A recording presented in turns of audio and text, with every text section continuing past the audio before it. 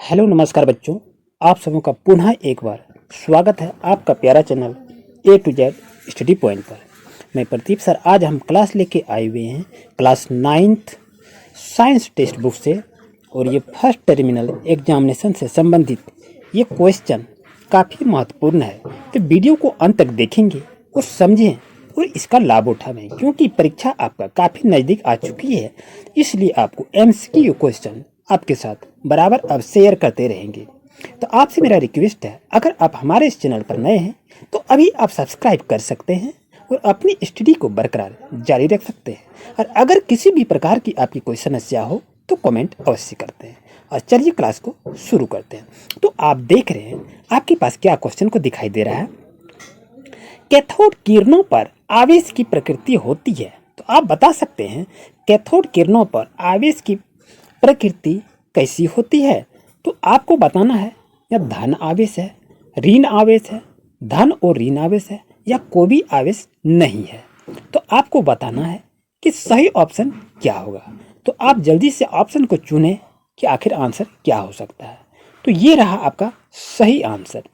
तो कैथोड किरणों पर आवेश की प्रकृति ऋण होती है, जो आपके सामने में दिखाई दिया, ये आपका ऋण आंसर सही होगा। आइए क्लास को आगे करते हैं। ये आप देख रहे हैं क्वेश्चन नंबर 2, इलेक्ट्रॉन का सापेक्ष आवेश है। क्या कह रहा है? इलेक्ट्रॉन का सापेक्ष आवेश है, क्या है? +1, -1, 0 या इनमें से कोई नहीं। ये 4 ऑप्शन में से एक ऑप्शन को चुनना है। कौन सा ऑप्शन सही होगा, जल्दी से बताइए। उम्मीद है आपने ऑप्शन को चुन लिया होगा। तो सही ऑप्शन आपका ये रहा। आंसर को देखें, ये रहा -1। इलेक्ट्रॉन का सापेक्ष आवेश मान होता है -1। आइए चलते हैं नेक्स्ट क्वेश्चन पर, 3 नंबर पर। प्रोटॉन का सापेक्ष आवेश क्या है? आप बता सकते हैं। इलेक्ट्रॉन का माइनस देखें तो प्रोटॉन का क्या होगा? -1, +1, 0 या इनमें से कोई नहीं। यदि आप देखें कि इलेक्ट्रॉन में आवेश कैसा था, माइनस था, तो प्रोटॉन में आवेश क्या होना चाहिए, आप अच्छी तरह समझ गए होंगे और ऑप्शन को भी आप चुने होंगे। तो ये रहा सही ऑप्शन प्लस। याद रखें बच्चों कि अगर इलेक्ट्रॉन में आपका सापेक्ष आवेश माइनस है तो प्रोटॉन में आपका प्लस होगा। इस चीज़ को याद रखिएगा। इलेक्ट्रॉन में माइनस रहे तो प्रोटॉन में प्लस रहता है, इस चीज़ को याद रखिएगा। आइए चलिए क्वेश्चन देखते हैं। 4th नंबर में क्वेश्चन को कह रहा है केनाल किरणें किसका किरण पुंज है? तो प्रोटॉन, इलेक्ट्रॉन, न्यूट्रॉन या कण। तो सही ऑप्शन को बताएं, सही ऑप्शन क्या होगा। तो ये रहा आपका सही ऑप्शन। देखें, प्रोटॉन इज राइट आंसर, यानी आपका प्रोटॉन जो था ये आपका सही आंसर हो गया। अब क्वेश्चन नंबर यहाँ से आप देख रहे हैं 5 नंबर क्वेश्चन में कह रहा है कि परमाणु का नाभिक होता है। परमाणु का नाभिक कैसा होता है? धनावेशित होता है, ऋण आवेशित होता है, या उदासीन होता है, या इनमें से कोई नहीं होता है। तो इसी तरह से आपसे फर्स्ट टर्मिनल क्वेश्चन में ये क्वेश्चन पूछा जाएगा और आपको जवाब देना होगा। तो सही ऑप्शन क्या होगा? तो धनावेशित होता है। परमाणु का नाभिक धनावेशित होता है, ऋण आवेशित नहीं होता है, उदासीन नहीं होता है। इस चीज़ को याद रखिएगा। तो सही ऑप्शन आपका क्या हो गया? परमाणु का नाभिक धनावेशित होता है, ये सही ऑप्शन हो गया। आइए चलिए बढ़ते हैं नेक्स्ट क्वेश्चन, यानी 6 नंबर क्वेश्चन पर। परमाणु के नाभिक की खोज किसने किया था? गोल्डस्टीन ने किया था, या रदरफोर्ड ने किया था, या चेडविक ने किया था, या इनमें से कोई नहीं किया था। तो अब 4 ऑप्शन है, सही ऑप्शन चुनकर बताएंगे कि आंसर क्या होगा। उम्मीद है आपने ऑप्शन भी चुन लिया होगा। तो ये रहा आपका सही option, Rutherford is right answer. सही ऑप्शन आपका हो गया रदरफोर्ड, जो कि आपके सामने में ये दिखाई दे रहा है। आइए चलिए क्वेश्चन नंबर 7 को देख रहे हैं। तो 7 नंबर क्वेश्चन आपका कह रहा है कि इलेक्ट्रॉन का आविष्कार किसने किया था? इलेक्ट्रॉन का आविष्कार किसने किया था?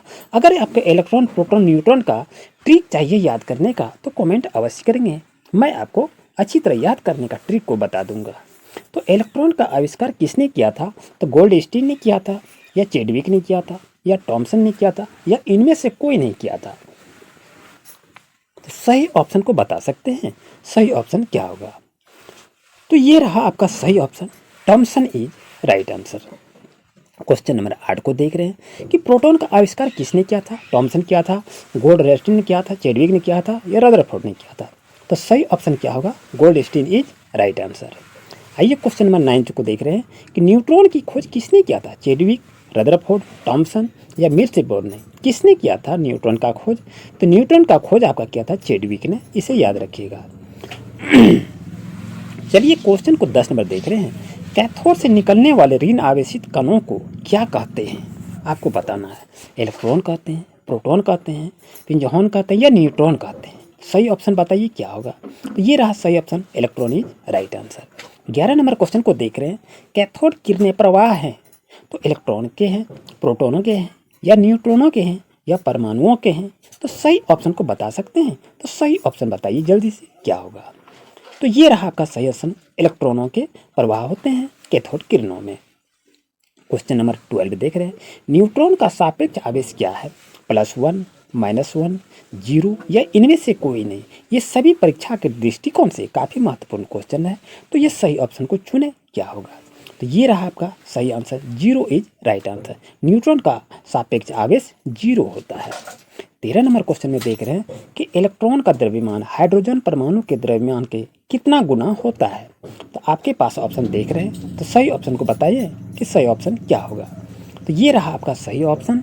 अब ऑप्शन भी आपके सामने में है, आप देख भी लिए। तो ये रहा आपका सही answer, D number is right answer. चलिए क्वेश्चन को देखते हैं। 14, इलेक्ट्रॉन का द्रव्यमान निरपेक्ष होता है? तो सही ऑप्शन है, चुने और एक ऑप्शन को करेक्ट करना है। सही ऑप्शन क्या होगा?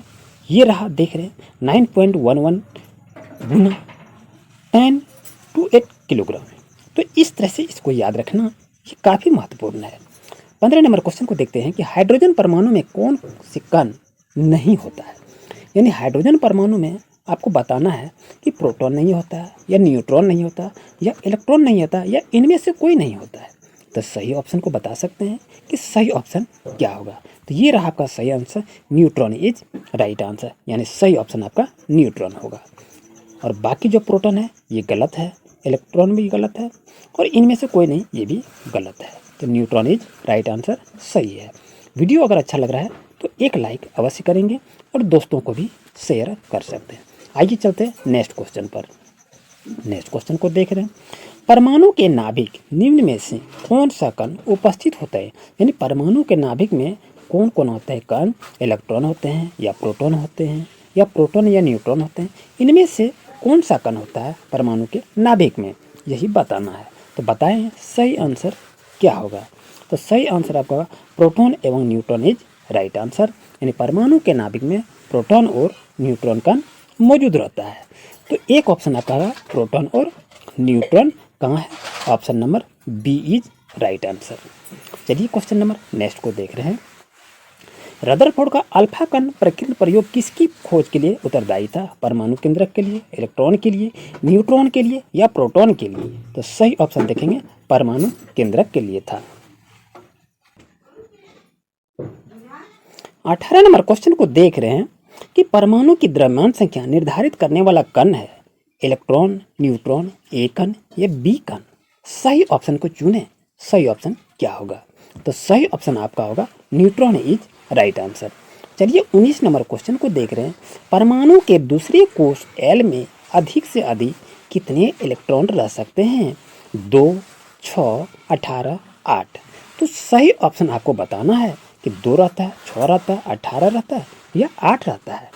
तो आप अच्छी तरह से आप ऑप्शन को चुन लिए होंगे, तो करेक्ट आंसर आपका क्या होगा? 8 इज राइट आंसर।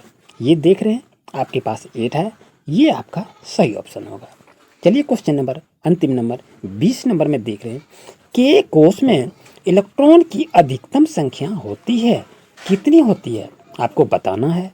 तो 1, 2, 3, 4। तो सही ऑप्शन क्या होगा बता सकते हैं? तो सही ऑप्शन होगा 2 इज राइट आंसर। उम्मीद है आपने अच्छी तरह से क्वेश्चन को गैस किया होगा और देखे कि आज का ऑप्शन कितना सरल था। आपका आंसर भी बहुत सही हो गया होगा। आपसे मेरा रिक्वेस्ट है ये सभी क्वेश्चन फर्स्ट टर्मिनल एग्जाम के लिए काफ़ी महत्वपूर्ण है। तो वीडियो को अच्छी तरह से जितनी बार चाहें देखें, समझें, और अगर इस तरह से और MCQ क्वेश्चन चाहिए तो कमेंट अवश्य करेंगे और वीडियो को ज़्यादा से ज़्यादा शेयर करेंगे। आपसे मेरा रिक्वेस्ट है। चलिए मिलते हैं नेक्स्ट क्लास में। Thank you.